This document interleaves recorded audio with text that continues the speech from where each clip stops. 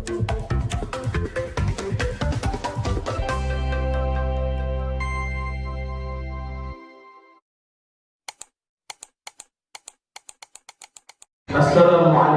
warahmatullahi ta'ala wabarakatuh.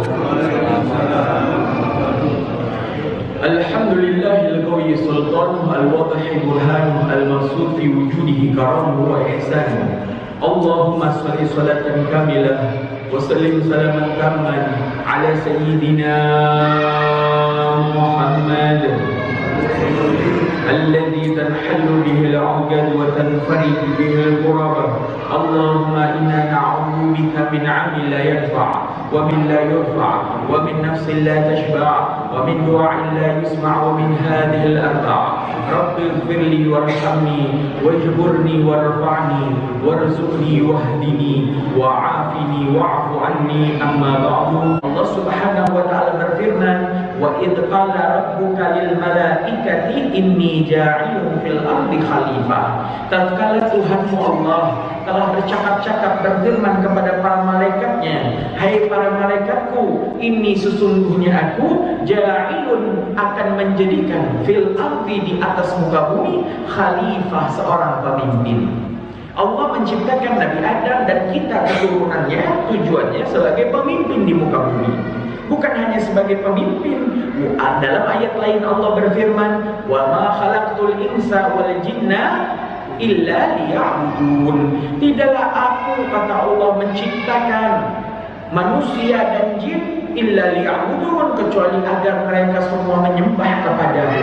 Tujuan kita di dunia adalah untuk beribadah kepada Allah. Dan yang ketiga, sebagaimana disebutkan dalam surat Tabarak awal juz 29 ayat kedua, alladzi khalaqal mauta wal hayata liyabluwakum ayyukum ahsanu amala. Maka Allah zat yang menciptakan kehidupan dan kematian, tujuannya apa? Liyabluwakum, agar Allah dapat menguji kalian, hai manusia, ayyukum ahsanu amala, mana di antara mereka yang terbaik, mana di antara kalian yang terbaik dan layak menjadi ahli surganya Allah Subhanahu wa ta'ala. Maka ma'asyiral muslimin rahimakumullah, setelah kita tahu tujuan kita hidup di dunia yang sementara ini adalah sebagai pemimpin yang senantiasa beribadah kepada Allah, yang dalam keadaan kita sedang diuji. Sesungguhnya kehidupan dunia ini adalah simulator ujian skenario daripada Allah Subhanahu wa ta'ala, dan kehidupan yang hakikatnya adalah kelak nanti di akhirat. Maka untuk kita lulus dalam ujian dunia ini, mari sama-sama kita kembali kepada pedoman aturan syariat Islam yang tertuang di dalam Al-Qur'anul Karim dan hadis An-Nabawiyah. Maka marilah pada kesempatan kali ini kita mulai mengkaji daripada tafsir Al-Quran. Kita mulai dari arah depan, yaitu surat Al-Fatihah. Allah Subhanahu wa ta'ala berfirman, a'udzu billahi minasyaitonir rajim, bismillahirrahmanirrahim, alhamdulillahi rabbil alamin, arrahmanir rahim, maliki yaumiddin, iyyaka na'budu wa iyyaka nasta'in, ihdinas siratal mustaqim, siratal alladzina an'amta 'alaihim ghairil maghdubi 'alaihim waladdallin. Allah memulai surat ayat Al-Qur'annya dengan bismillahirrahmanirrahim, atau biasa disebut dengan kalimat basmalah. Bismillahirrahmanirrahim tertulis di dalam Al-Quran hanya 3 kali. Yang di dalam ayat, yaitu di awal surat Al-Fatihah, sebagaimana pendapat kebanyakan mazhab Imam Syafi'i, yang mana mayoritas di Indonesia kita mazhabnya mazhab Imam Syafi'i, yang memang ketika sholat maghrib, isya dan subuh, imam masjid yang memimpin sholat dan mengeraskan, menjaharkan suaranya haruslah menyebutkan bismillahirrahmanirrahim di awal surat Al-Fatihahnya. Ini menurut pendapat Imam Syafi'i, yang mana mayoritas kita di Indonesia memakai madhab Syafi'i. Kita kan kalau mau sholat pun wudhunya pakai wudhu Syafi'i. Puasa Ramadan kita wudhunya wudhu puasa Syafi'i. Maka sholatnya kita juga mengikuti madhab Syafi'i, yang mana menghitung basmalah di dalam Al-Fatihah Al-Fatihah sebagai bagian daripada 7 ayat surat Al-Fatihah. Maka wajib membaca Al-Fatihah. Yang tidak membacanya maka sholatnya tidak sah. Berbeda dengan di Mekah sana, yang para imam Masjidil Haram ketika kita umroh atau haji tidak mengucapkan bismillah dengan suara keras, karena dalam pendapat madhab mereka bismillah tidak termasuk dalam bagian surat Al-Fatihah, di mana mereka memotong ayat ke-7 terakhir, siratal ladzina an'amta alaihim, potong ayat ke-6, siratal ladzina an'amta alaihim ayat ke-6, ghairil maghdubi alaihim waladdallin menjadi ayat ke-7.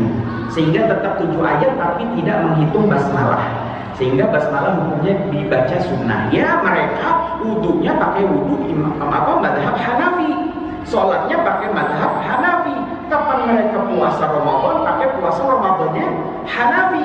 Berbeda dengan kelompok orang yang tidak membaca basmalah. Ketika di Indonesia ini menjadi imam sholat maghrib, mereka mengatakan kami anti madhab. Ya, kami tidak memiliki madhab. Maka ini jelas adalah pendapat yang salah dan keliru. Ma'asyiral muslimin rahimahumullah. Bismillah disebut 3 kali, yaitu di dalam surat Al-Fatihah, kemudian di dalam surat As-Saba yang menceritakan perjalanan kisah Nabi Sulaiman bertemu Ratu Balqis, di mana Nabi Sulaiman mengirim surat lewat burung hudhud yang berisi yang ketika dibaca oleh Zulaikha mengatakan innahu min Sulaimana wa innahu bismillahirrahmanirrahim. Dalam surat Nabi Sulaiman kepada Ratu Balqis disebut bismillahirrahmanirrahim, dan satunya lagi disebutkan di dalam kisah Nabi Nuh alaihi salam ketika mengajak putranya Kan'an di luar Sam, Ham dan Yafis. Ada satu putra lagi namanya Kan'an yang ketika diajak naik ke atas bahtera, Kan'an menolak. Ya, akhirnya ditinggallah itu Kan'an, dan ketika mulai mengendari bahteranya itu, Nabi Nuh alaihi salam membaca doa yang biasa kita baca ketika kita berkendara. Apa doanya? Bismillahi majreha wa mursaha. Bismillah. Kalimat basmalah disebut sebanyak 3 kali. Bismillahi dengan menyebut nama Allah, Ar-Rahmani yang Maha Penyayang, Ar-Rahim yang Maha Ar-Rahman yang Maha Pengasih, Ar-Rahimi dan yang Maha Penyayang. Maka banyak di antara kita umat Islam, bahkan manusia pada umumnya bertanya-tanya di dalam hatinya, mengapa Habib, saya lihat tetangga saya yang ibadahnya istiqomah, ya, yang dia kelihatan orang yang soleh dan solehah, tapi kami perhatikan kehidupannya serba susah. Dia masih memikirkan urusan beras, besok berasnya dari mana, besok lauk pauknya dari mana. Hidupnya seakan-akan dipersempit oleh Allah, padahal dia adalah orang-orang yang soleh dan soleha. Sedangkan di pojok sana ya Habib, di kota sana ya Habib, di perkotaan itu banyak toko-toko emas bergelimang harta, tapi ternyata yang punya adalah non-muslim yang sama sekali tidak beribadah kepada Allah, yang menyekutukan Allah Subhanahu wa Ta'ala. Mengapa demikian keadaan yang kami lihat? Ya, karena Allah punya sifat Ar-Rahman. Apa itu Ar-Rahman? Ar-Rahman adalah kasih sayang Allah, baik kepada si muda atau si tua, baik kepada si kaya atau si miskin, baik kepada orang Islam ataupun non-muslim, orang kafir. Allah punya sifat Ar-Rahman. Seandainya Allah tidak punya sifat Ar-Rahman, tidak ada satu orang yang menyekutukan maksiat di hadapan Allah di muka bumi ini daripada mereka kafir, musyrik, zindik, munafik, fasik, kecuali mereka Allah cabut nikmat nafas dari dirinya sehingga dia langsung wafat detik dan saat itu juga. Tapi Allah punya sifat Ar-Rahman, kasih sayang Allah kepada semuanya. Bahkan itu semua adalah kehendaknya Allah Subhanahu wa Ta'ala. Mengapa Allah ingin jadikan dunia sebagai tempat ujian tadi? Ya. Tapi ingat Allah punya sifat selanjutnya. Bismillahirrahmanirrahim. Apa itu Ar-Rahim? Kasih sayang Allah hanya kepada umat Islam, hanya nanti di akhirat. Allah Subhanahu wa Ta'ala berfirman, "Inna dina indallahil Islam." Sesungguhnya agama yang diterima nanti di sisi Allah di akhirat adalah hanya agama Islam. Yang lain tertolak, yang lain dianggap gagal. Maka begitulah para ulama kiai kita di dalam awal tausiahnya selalu mengucapkan nikmat yang paling besar adalah nikmat Islam dan iman. Alhamdulillah kita lahir di keluarga Islam. Lingkungan kita lingkungan Islam, di kota Islam, di negara Islam, kanan kiri masjid, majelis taklim, depan belakang suara adzan selalu kita dengarkan, nasihat para ulama selalu kita dengarkan. Itu nikmat yang paling besar. Bagaimana dengan saudara kita yang lahir di keluarga kafir, di kota kafir, di negara kafir, tidak pernah dengar adzan, tidak pernah dengar suara seorang warasatul anbiya, pewaris daripada para nabi, maka mereka semua tentu harus jauh-jauh mencari kebenaran Islam. Ma'asyiral muslimin rahimakumullah.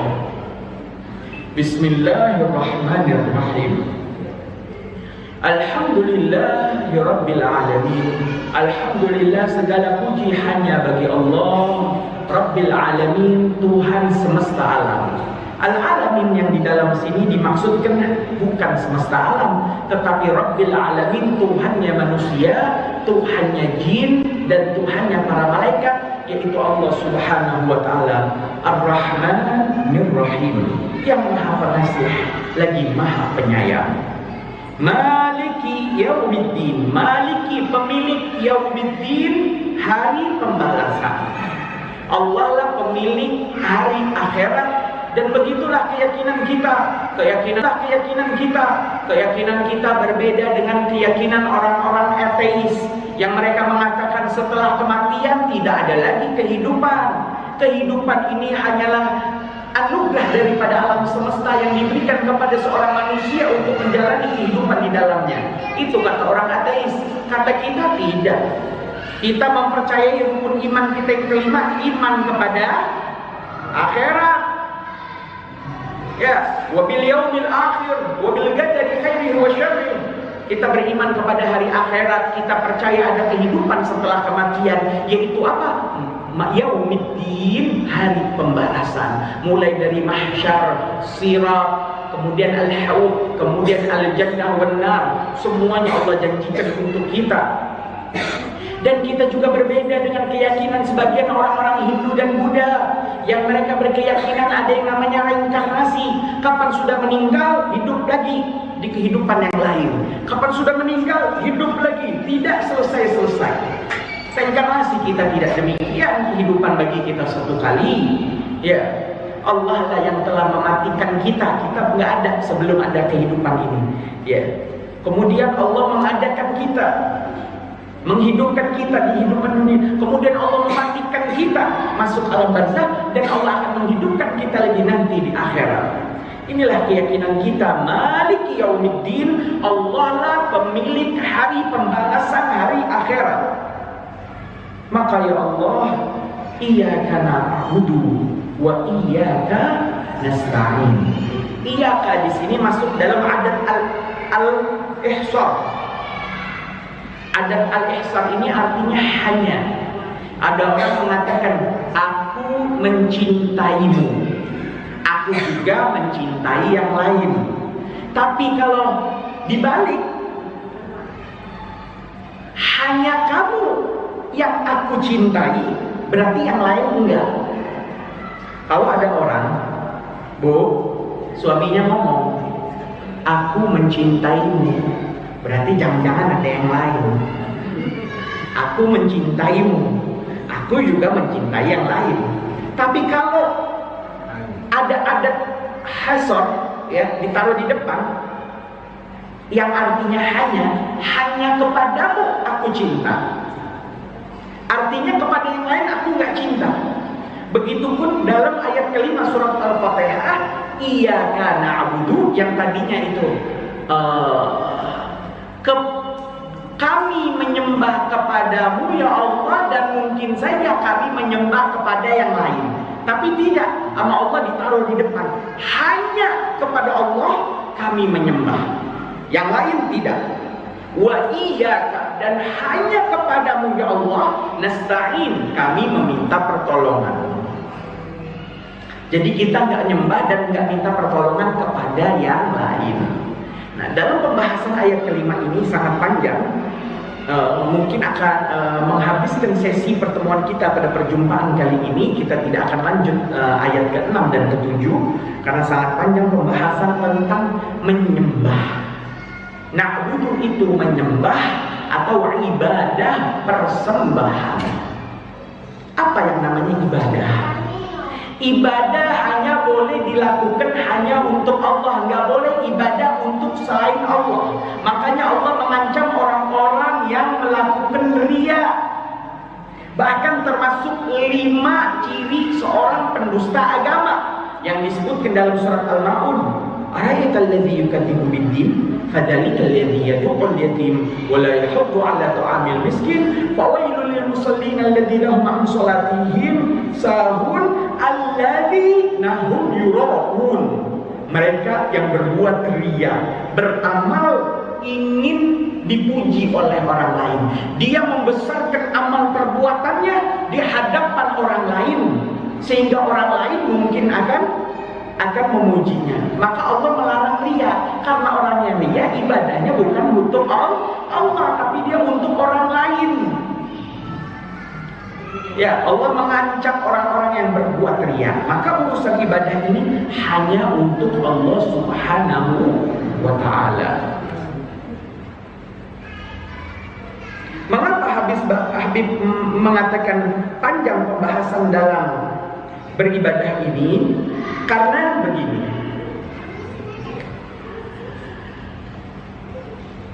di dalam kisah Nabi Adam di awal surat Al-Baqarah, Allah Subhanahu wa ta'ala di pertengahan kisah memerintahkan kepada para malaikatnya untuk sujud. Sekali lagi, untuk sujud kepada siapa? Kepada Allah, bukan kepada Nabi Adam. Wa idh qulna lil malaikati isjudu li Adam fasajadu illa iblis. Dan tatkala kami berfirman kepada para malaikatnya, usjudu, sujudlah kalian li Adam, kepada Adam. Fasajadu, maka semua malaikat sujud kepada Nabi Adam illa iblis, kecuali iblis. Kalau kita lihat sekilas, kayak iblis ini benar. Kenapa? Masa Allah nyuruh kita sujud sama manusia? Berarti iblis benar dong. Karena iblis tahu kalau sujud ke manusia bahkan menyekutukan Allah. Ada yang nanya begitu di majelis. Maka pahami bahwasanya tafsiran para ulama tentang sujudnya para malaikat yang diperintahkan langsung oleh diri Allah untuk sujud, dan untuk sujud kepada Nabi Adam itu bukan sujud kayak kita di dalam sholat. Sujud kita yang di dalam sholat ini, yang ketika kita sujud kita merendahkan bagian yang paling mulia di badan kita, apa? Kepala, wajah. Kita rendahkan serendah-rendahnya. Bahkan kita menaikkan, memuliakan bagian yang paling kotor di badan kita. Mohon maaf majelis mulia, ilmu harus disampaikan, yaitu bagian dubur, bokong belakang. Orang kalau sujud duburnya naik, kepalanya turun. Sujud yang model begitu hanya untuk Allah Subhanahu wa ta'ala. Ini di sini ada TPQ DTA ya? Ada. Maka para pengajar TPQ DTA, ketika engkau ingin ngajari anak-anakmu cara sujud di dalam sholat, maka jangan pura-pura sholat. Karena pura-pura sholat, pura-pura ruku, pura-pura sujud, itu dinamakan sujudnya dan rukunya untuk selain Allah. Walaupun ingin ngajarin.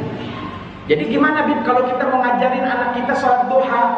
Maka harus ada 2 ustadz. Satu ustadz sholat duha beneran di depan, satu ustadz di belakang mandu anak-anak. Tuh nak, ikutin nak, ustadzmu yang di depan lagi sholat duha betulan itu, lihat gimana rukunya, ayo ikutin. Nah, gitu. Jadi yang satu ngarahkan, yang satunya beneran sholat. Karena sholat sujud di luar sholat hukumnya haram. Kecuali sujud syukur sama sujud tilawah kalau baca Qur'annya bukan di dalam sholat tapi di luar sholat. Itu syariat Islam. Karena yang namanya sujud syukur tuh nggak bisa langsung sujud. Harus tutup aurat, harus punya wudu, harus ngadep kiblat. Allahu Akbar baru sujud syukur. Makanya salah kalau ada orang sujud syukur dapat apa misalnya? Dapat hadiah langsung Allahu Akbar, langsung sujud gitu. Padahal buka aurat, padahal nggak punya wudhu, padahal nggak tahu bener nggak itu arah kiblatnya, nggak boleh itu. Sujud syukur dilakukan dengan aturan syariat Islam. Walaupun di luar sholat, tapi itu masuk bagian sujud kepada Allah Subhanahu wa Ta'ala. Maka sekali lagi, sekian saja. Wallahu muwaffiq ila aqwamit thoriq.